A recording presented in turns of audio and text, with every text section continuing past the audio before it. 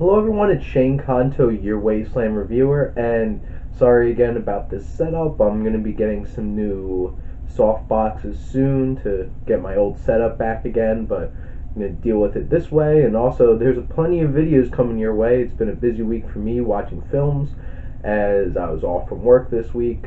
One of the benefits of working at a school, woohoo, get a week off between Christmas and New Year's. But to wrap up a lot of some big films towards the end of the year, especially this one. So this is my review of Call Me by Your Name, which has been getting a lot of buzz all throughout the year from a lot of the festivals that this played at. And this film is about a young man whose father is a professor, and they're living in Italy, and this young graduate student comes and starts living with them, and they fall in love with each other. And it's a forbidden love tale of two young men in love with each other. And honestly, this is an extremely emotionally impactful film and really hits hard.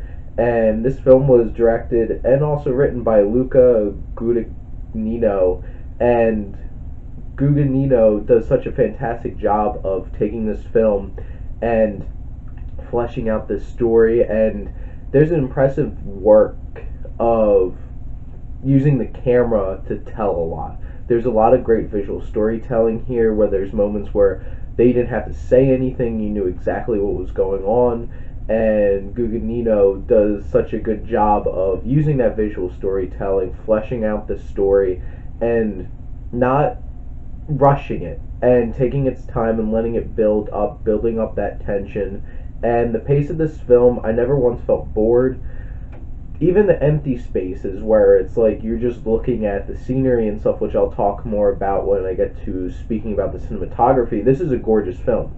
And in terms of the tone, it feels very real and lived in, and you get the sense that these are real people with real emotions and falling for each other, and that's the most important thing of making this film work.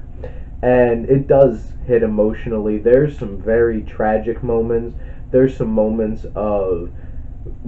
particular scene towards the end of this film, and I'll probably talk a little bit more about it when I talk about Michael Stuhlbarg, but this speech was so impactful and so emotional.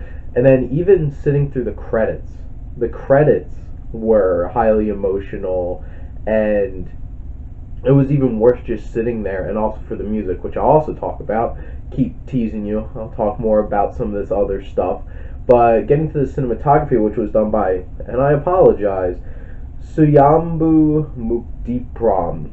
And the cinematography in this film is gorgeous. The camera work is great, and so many shots in this film you're able to just know what's going on, because the use of the camera and the choices that they made are so great.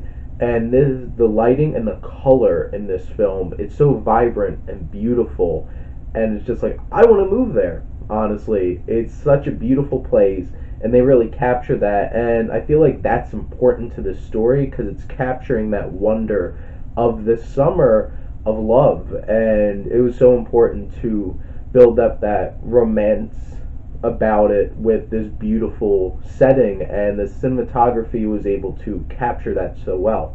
Now, this is written by Luca Guadagnino and James Ivory, and this story is really compelling and dealing with a lot of great themes of this idea of forbidden love, because this takes place in the 80s, and this was something that, well, to be perfectly honest, it really isn't much better now, but it's still something that a lot of people have problems with. And this is a tough thing, and this young man at the center of this film, growing and trying to figure out what he feels and what's right for him, because it's not just about him falling in love with this one man, but also dealing with dating a young woman and trying to figure out love and trying to figure out his feelings and coming to grips with those things. And it's very powerful. And the characters in this film are so fleshed out. They feel like real people, and you really feel for them because they do feel like real people. and the performances on top of that make it even better. The dialogue is so great, and it's so well written and so believable, which is important because if this seemed like some hokey, like cheesy, crappy romance like 50 Shades of Grey, then this thing wouldn't have worked, and it felt real, and that's why this film was so impactful. Now, getting to the music, there's no composer on this, so I'm assuming all the music in here was just songs written by other artists, and there's two in particular that are so moving. I even put them on my Amazon Music right after the movie, and they're very solemn, so they're probably not something to listen to when you're in a happy mood, might bring you down a little bit, but Sufjan Stevens wrote some of the songs in this and performed them, and they're just so beautiful. And they really capture the solemn emotions of some of the sequences in this film. The music overall is very, very well chosen and really fits the film very well. Now, talking about the acting, which is like by leaps and bounds amazing in this film. Timothy Chalamet, who had a small role in Lady Bird this year, was absolutely amazing in this. He was a revelation. He's a young man, and I'm really hoping that he gets the recognition he deserves because he should be up there for Best Actor. And he has a tough group of people to contend with Gary Oldman and Daniel Day-Lewis and Hugh Jackman. He probably won't win. I really don't think Timothy Chalamet even has a chance of winning, but I think it's important that he gets nominated for his work in this film because it was so great. And Armie Hammer is amazing. Don't get me wrong. I'm a little torn on where to put him in terms of like, because he deserves Oscar attention too. And going into this year, I heard a lot of people saying, "Oh, he's going to be up there for contender for Best Actor." He's not really the main character in this, to be perfectly honest. And honestly, he should probably be a supporting actor, which that category is tough as hell to get a nomination in because there's always so many great male supporting performances in film. But he deserves to be nominated wherever because Armie Hammer really owned this. I think this was the best performance I've ever seen from him.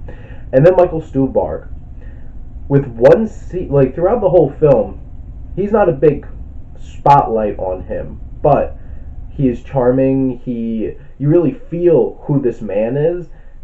And then there's this one scene at the end of the film where he gives a little speech to his son, and it's so unbelievably moving that it's just like, give that man a nomination right now. And I really think, which there's so many performances this year. I love Patrick Stewart and Logan. Richard Jenkins was amazing in The Shape of Water. And there's so many other supporting performances, but two of the best ones of this year are from this film. And then a little shout out to Amira Kassar, who plays the mother. I really liked her in this film too. She didn't get as much to do as the three male actors I already talked about, but she was really, really good. I've never seen her in a film before, but she really caught my attention. This film is an unbelievably moving, forbidden love story that is really elevated by a whole group of award-worthy performances. Please go check out Call Me By Your Name if you haven't seen this. I'm going to give Call Me By Your Name an A+, and this is definitely going to be in my top 10.